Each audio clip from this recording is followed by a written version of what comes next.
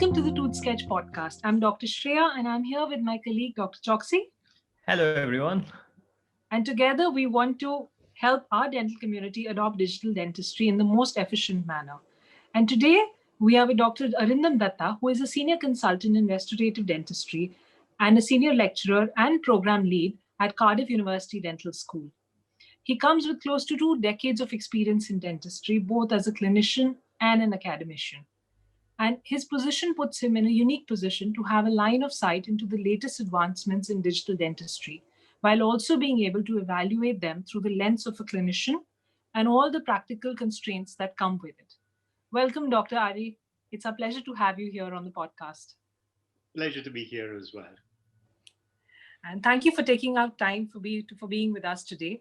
And we just wanted to few insights from you, and we wanted to understand that, given your role as a practitioner and an academician, what do you think are the 2 to 3 big trends that you see revolutionizing the way we practice dentistry?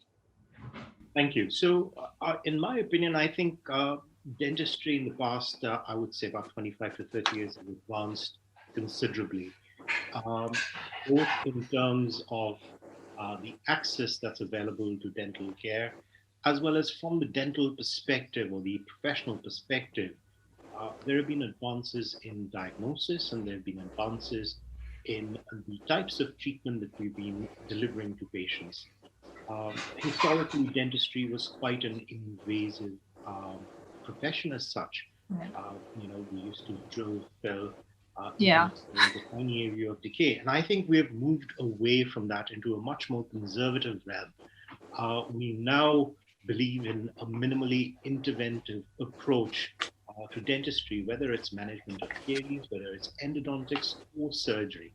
And I think that's been a big paradigm shift in the way that we work as dental practitioners along the way.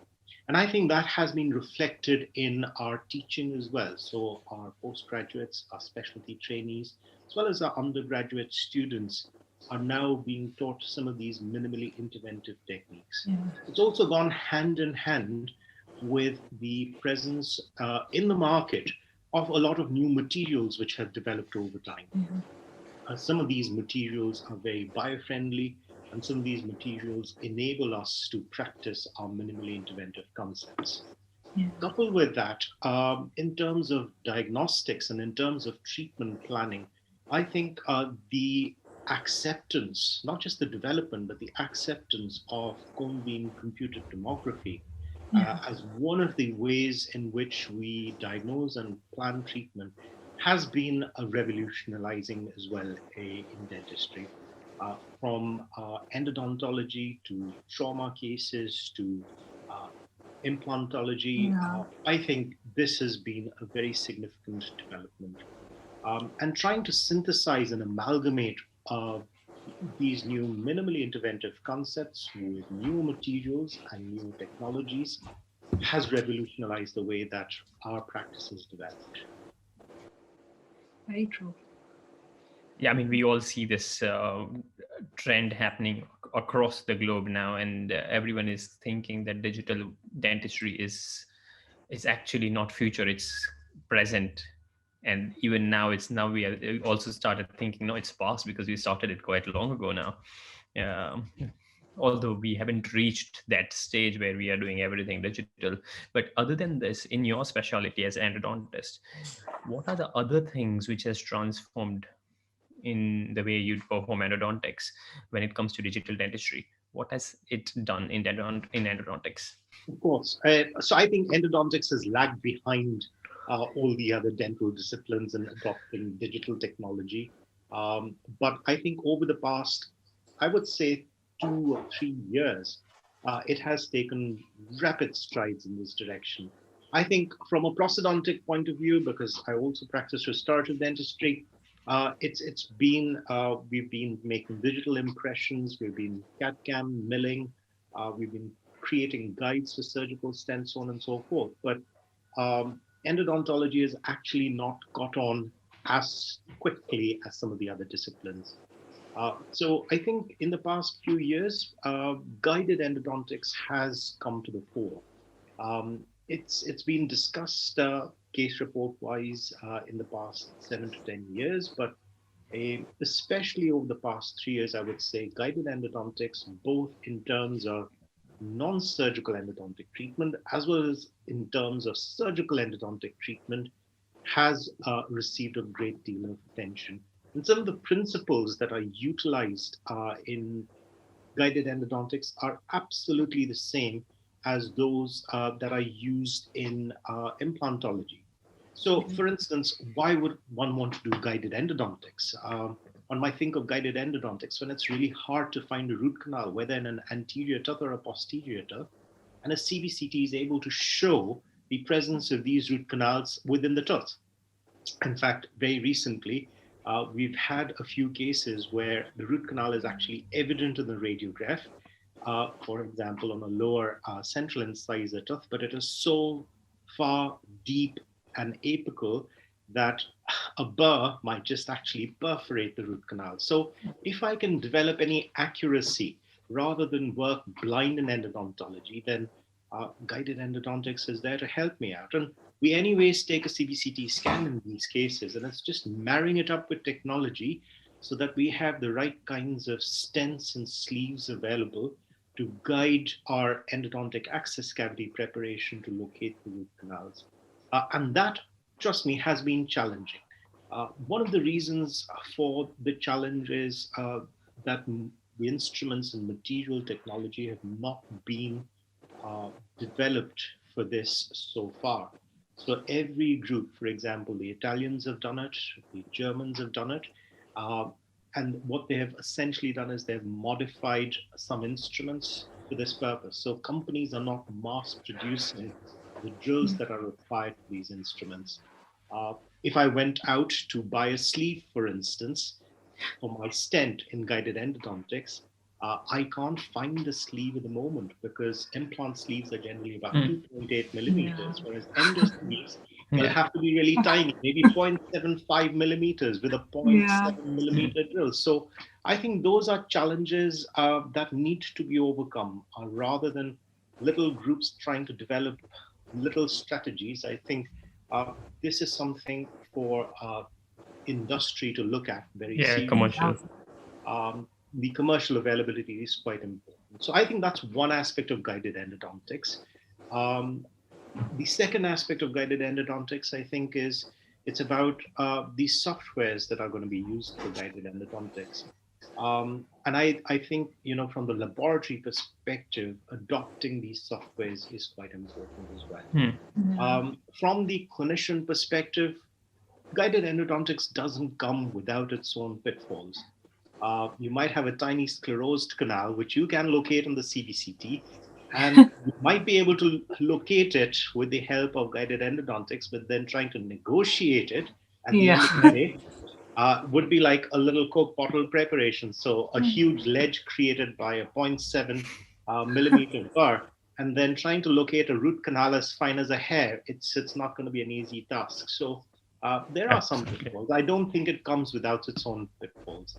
The accuracy of guided endodontics has definitely improved in the recent past. I think aside from that, Gianluca Gamberini, so a very famous professor in Italy, has also talked about guided surgical endodontics. So guided surgical endodontics will be, again, minimally invasive, just restricted to the area of the lesion. And just as we create guides for endodontics, non-surgical endodontics, guides could also be created for surgical endodontics so that the bone removal is very, very accurate. And with microsurgical instruments and microscopes in endodontics, I think that's something that's very exciting, because the less invasive we are in the surgical domain, the quicker the healing and the better the patient comfort as well. So I think those are some exciting developments in guided endodontics, both surgically as well as non-surgically.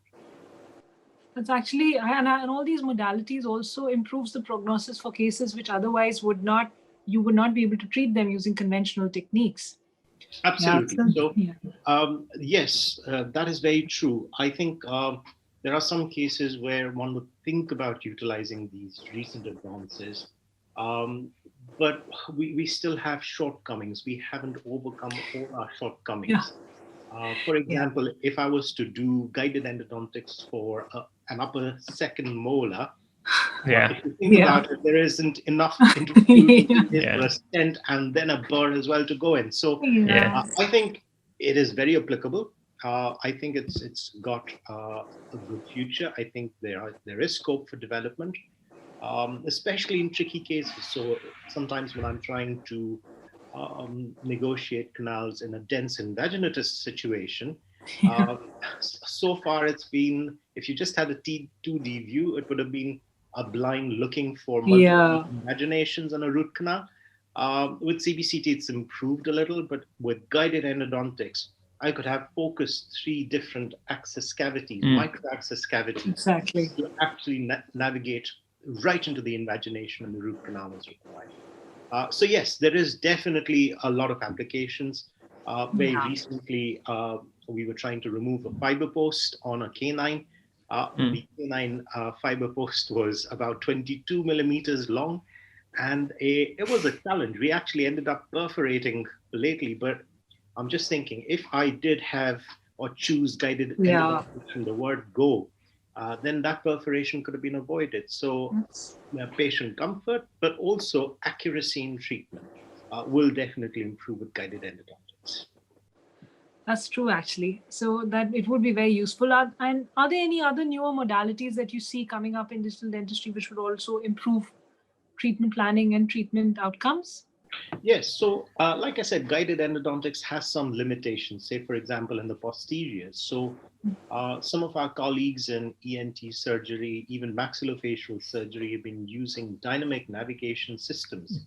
Okay. Now, dynamic navigation systems are based on spatial sensors and spatial localization with reference to a CBCT scan. So the first time I actually saw it was in theater when somebody was having a maxillectomy done with an ENT surgeon. And it is eerie to actually see the instrument on the CBCT scan so that you can actually visualize exactly where you're going. Yeah. Implant surgeons have used dynamic navigation technology as well in the past. And like I Yeah. said, endodontics has been slightly late on the scene, but endodontists have now started using this dynamic navigation technology. Obviously, the sensors have had to be changed. You can't have sensors in the face. It's about dental sensors, about sensors on the handpiece and on the tooth itself. This has been experimented with both in the phantom head, but also used clinically. So Navident is one of the systems that's available. Yeah. Yeah. And it's effectively, you see the monitor, you don't see the tooth. In some ways, that's Yeah. good, but in other ways, it's bad because as dentists, we're so used to actually looking at the tooth whilst working.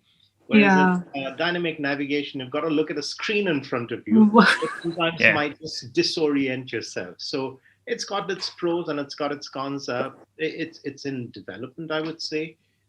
It has been used clinically, but I would see dynamic navigation gaining popularity in the future. So that's again where a lot of digital stuff is being used in dentistry.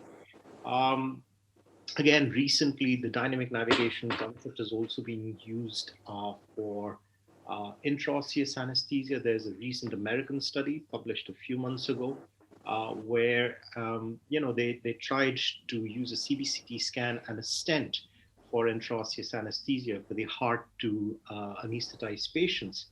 And that's worked reasonably well. Again, when you do it blind, you might have a CBCT, but uh, the perforator of the intraosseous anesthetic system, such as the X-tip, could well perforate the root of the tooth as well.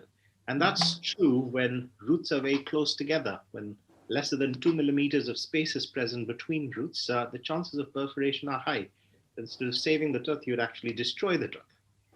In those instances, I think dynamic navigation has proved useful. It's not been used clinically as yet, but it has been demonstrated in laboratory studies for this purpose. So I think it's exciting. Um, you know, uh, limitations obviously would be with respect to finances.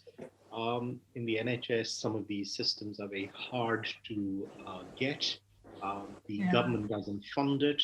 Um, in hospital-based systems, yes, probably. And in private practice, I think it has great application, a great scope for application. Absolutely. I mean, having used in Evident myself in implant dentistry, and me and one of my other clinicians who is endodontist, we did a phantom head study on using an Evident on for endodontics, and it was quite fascinating. But when it comes to thinking about, I mean, when we think of it as a lab technicians, what do you think how they can capitalize on this aspects when it comes to endodontics? What can they tell to their endodontist colleagues or dentists or their clients or whatever we call them as, that how they can capitalize on, so how I mean, what will be the lab's role and how they can help those dentists? What are your thoughts on those? So I think one of the main stumbling blocks is awareness. Yeah. A lot of people are not aware of the application of digital dentistry and guided endodontics. Um, it's almost exclusively the realm of an endodontist, but a lot of endodontists themselves will not think about it. Yeah. Because they do not have the same kind of interface with the laboratory. Sometimes practices might not have their own CBCT machine, and they might have a third party doing CBCT. So I think it just increases the numbers of steps, which increases somewhat, I would say, the complexity. And therefore, one of the things to do is have an awareness campaign about this.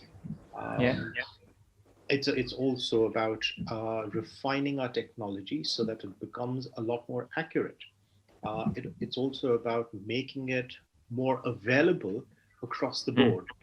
If there's a bit of kit that's £80,000, it's quite unlikely that every specialist would buy it. So it's about affordability as well.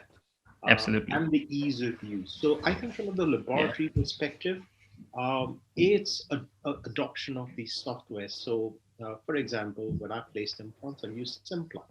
Simplant, unfortunately, doesn't have a program for guided endodontics. And therefore, there are separate softwares that are available. So from the laboratory perspective, it's also about being very familiar with the other software. So I think there's a co-diagnostics software, which is implantology, but co-diagnostics has also been used for guided endodontology. There's another German software, I think it's called SciCat Endo, and that's being used in endodontology. So some of these softwares need to be adopted by the lab as well, and the clinicians must have some familiarity with these pieces of software. So I think it's about education, it's about affordability, it's about knowledge of softwares, all of which will play a role in these technologies becoming a little more popular with the specialist community, at least in the first instance. Yeah, so actually it seems like there are a lot of gaps in the overall dental ecosystem as of now when it comes to adoption and even awareness of all this. Any other gaps, any other pitfalls or any other obstacles you see in the way of this becoming more mainstream? Yes, I think there needs to be a little more research, because research, especially in endodontology in this aspect, is quite new. So there needs to be a little more research about it. There needs to be more material development. So I'll give you an example. Like I said to you, the sleeves for guided endodontics are not available. So one of the American schools published a paper that's by people called Torres.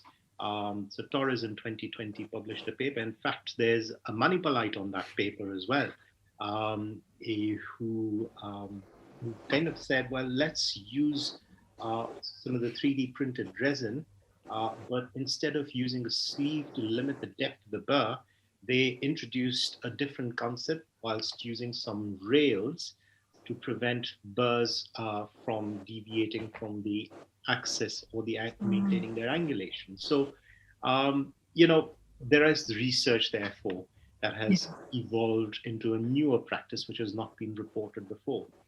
So I think that research is quite important.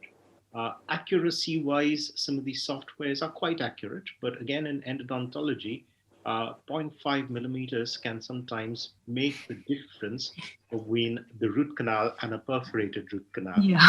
Yeah. In implantology, perhaps quarter millimeter, zero point 0.5 millimeter is not much of a problem. You could still pop in your implant, but for guided endodontology, I think that margin of error must be reduced. So some contribution from industry in more accurate software. And it's also about the workflow. It needs to be streamlined further. Yes, a lot of things happen over email and over the internet, but I think it's just about trying to streamline that process further so that it becomes quite widespread in use. I mean, absolutely. There is quite a lot of gap in terms of research and literature when it comes to guided endodontics. I mean, we are getting there, hopefully. Yes, yes, absolutely. But in terms of, as you said, that you mentioned a couple of softwares which we are already using, which you have already which you have tried personally. I mean, I have tried Simplant, Co-Diagnostic, Blue Sky Bio, Carestream. I've tried those as well myself. But my take from this will be, if at all I, as a lab technician, have to invest in a software which is going to be good for endodontics, which will you recommend to them according to your experience and expertise, which will work for them in terms of helping clinicians with guided endodontics? So that's a very interesting question because people haven't actually as yet developed that ideal endodontic software. It's usually added on as an afterthought because developments over the past couple of years have led it so. So for example, Co-Diagnostics was basically an implant-based software with a little bit added on for the endodontic aspect. So if companies would like to develop a dedicated endodontic software itself, which has very good reliability and validity with accurate results. So Co-Diagnostics, in some studies, it was found that it had a deviation of about 0.64 millimeters. Like I said, 0.64 millimeters is quite a lot in an endodontic. It's quite a lot. Likewise, Psycat Endo, it is quite accurate, so slightly lesser discrepancies than Co-Diagnostics. But again, that accuracy needs to improve with the software. It's also about the settings that are being used on CBCT software themselves, because the breaking out of the pixels on a CBCT software will determine how the second software, which is used in the laboratory, will then translate into the formulation of the guided endodontic stent itself. So I think there are certain technological issues that need to be sorted, need to be experimented, both in the laboratory setting as well as in the in a clinical setting, before it becomes widespread and available for widespread use across the globe.